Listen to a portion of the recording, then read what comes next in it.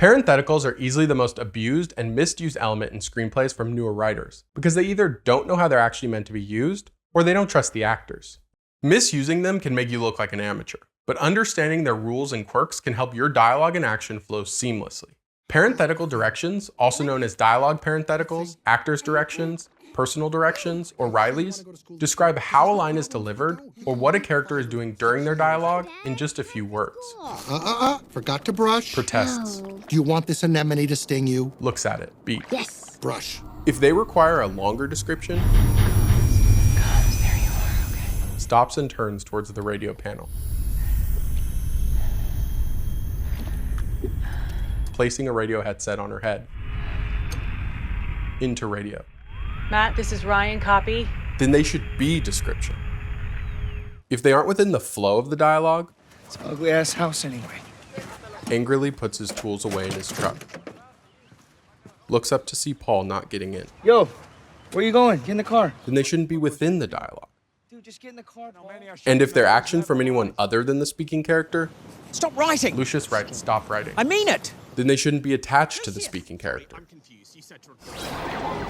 Two options. I can play it safe, pick them off from back here, or starts tapping buttons rush into the wildly. breach, guns a-blazing, make a run at the cortex, and bombs away. While the exact number will vary depending on where you look, parentheticals should have a left margin of around 3.25 inches. They probably shouldn't be wider than a few inches, but definitely shouldn't go past the right dialogue margin. They also shouldn't begin with a pronoun, or a capital letter, or end in punctuation.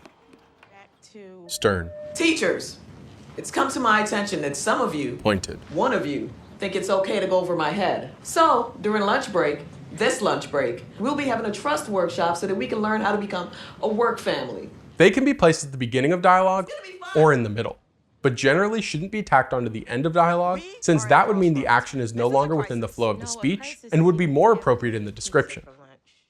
You'll often hear that actors hate dialogue parentheticals, or that they immediately cross them out when they receive a script because it's their job to figure out how to deliver a line, not the screenwriters. That's probably a bit of hyperbole, but there's surely a middle ground.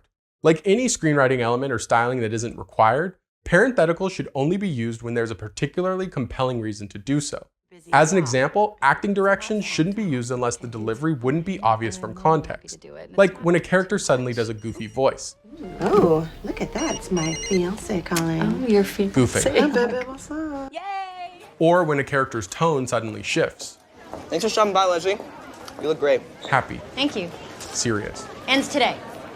Or when someone's surprised by something we wouldn't expect them to be surprised by. Speak.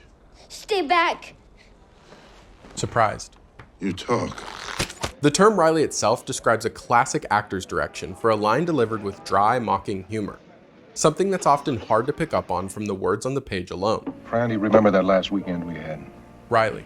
Do I? That leaky little boat you rented and me in a black negligee and a life preserver?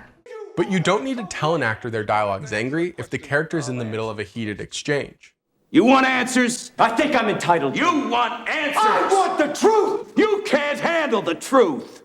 Or that they're surprised if a dog suddenly spoke to them in perfect English. Uh-huh. Speak. Hi there. Carl and Russell freeze. Did that dog just say hi there? It's the actor's job to understand their character's personality and motivations well enough to know how they'd feel and behave in a given moment. Trust the actor to do their job. Who a character is addressing with their dialogue is often made clear by the description. Well, by now, you should rule this. The Baron turns to Nadja. What is this place again? Staten Island. Or by the dialogue itself. But it can bog down the read to have to break into narrative description and add a new character heading just to indicate who's being addressed. And it's not always natural to address characters by name in the dialogue. This is where a short dialogue parenthetical can be used to make your writing clearer and more efficient. Similarly, if you need to make it clear that a character is speaking into a device, you can use a parenthetical like into radio or into phone to quickly communicate that idea. Into radio. Wish you got a visual on what's making that sound. And if you need a character to react to a person or object, a parenthetical that indicates who or what the comment is regarding can be the most efficient approach. That's some serious heat. What's off resume? What's UPS? That's in Chicago or? United Parcel Service. This usually means using off or some version of regarding, almost always shortened to RE:. The volume of a character's speech is also often indicated by a dialogue parenthetical, with the exception of yelling. My straw reaches across the room and starts to drink your milkshake. He shoves his finger in Eli's face. I drink your milkshake.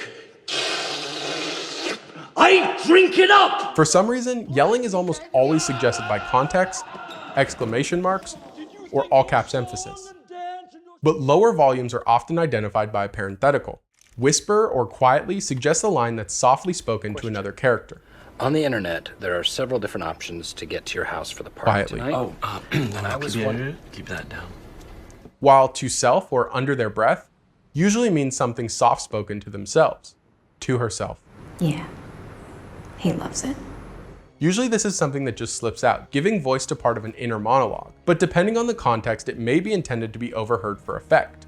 Oh my god, it's beautiful. To self. I'm the spider, and I'm sleeping in the Rambler. Some writers differentiate that sort of soft voice by using the Italian term sottovoce, almost always shortened to just sotto. They usually then reserve to self or under their breath for soft voice that isn't meant to be overheard. I'm not a big fan of sotto because its meaning tends to be inconsistent across scripts, and it's screenwriting jargon that reminds the reader of the medium. I tend to stick to under their breath or to self and let the context imply if it's overheard. Whatever you choose, just make it clear in context. For example, in The Breakfast Club, they combine to himself with an exclamation, to himself, Scumbag. which makes it crystal clear the comment is meant to be overheard. But dialogue parentheticals aren't just used to indicate how lines are delivered. They're also used for action beats. These are different than story beats, which are a topic for another video entirely, so be sure to subscribe if you want to see that in the future. An action beat, usually just called a beat, is the smallest unit of action in a screenplay. That could mean a large paragraph describing the turning point of a football match. Richmond, home, takes on fake all-red team. Red team is on a breakaway down the side of the pitch. The ball is launched into the box, where Jan Mass has position to clear it. But he slips in obvious and embarrassing fashion. The red team striker has time to collect the ball, and Zorro is helpless as the striker scores. Isaac runs up and reacts furiously as the red team celebrates together. Or it could be as simple as a character pausing a video. I hit pause. Beard pauses the video.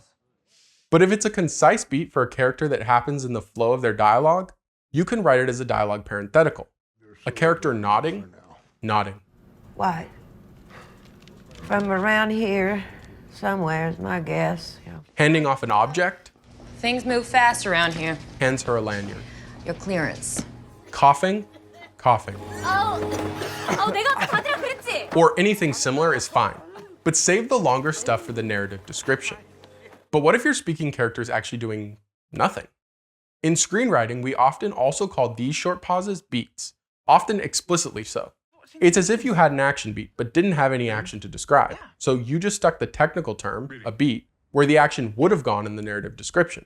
What was he talking about then? Beat. What? Or the dialogue. Oh, he was just really kind and supportive with my work. He'd cook all the time, run baths, hoover. He'd laugh at all of my jokes. He was really great with my family and my friends loved him. Beat. Plus, he was really fucking affectionate. But like Soto, beat is screenwriting jargon that can take the reader out of the story. If you want to indicate a pause without using the term beat, you can always just use appropriate punctuation. I saw Jeff. What happened to no distractions before nationals? Ripping off the Band-Aid and all that? Or you could use a more natural parenthetical like then. With dialogue parentheticals added to your toolkit, you now have options to control dialogue pacing. Breaking from the middle of speech to narrative description and then picking back up with a continued character heading emphasizes the action and draws it out on the page. If we don't mind our own histories, it will do the same to us. Viserys looks directly at his daughter. Targaryen must understand this to be king. Or queen. Whereas a quick parenthetical mid-speech gives a short break from the dialogue but de-emphasizes the action. But before you add any parenthetical, ask yourself, does this improve the reading experience? Or would it be better somewhere else? Or maybe even skipped altogether and left to the actor to work their magic? Whichever approach you take, the dialogue still has to pull its weight. Which is why you should check out this video on writing and formatting speech so your reader can experience your dialogue exactly as you intended.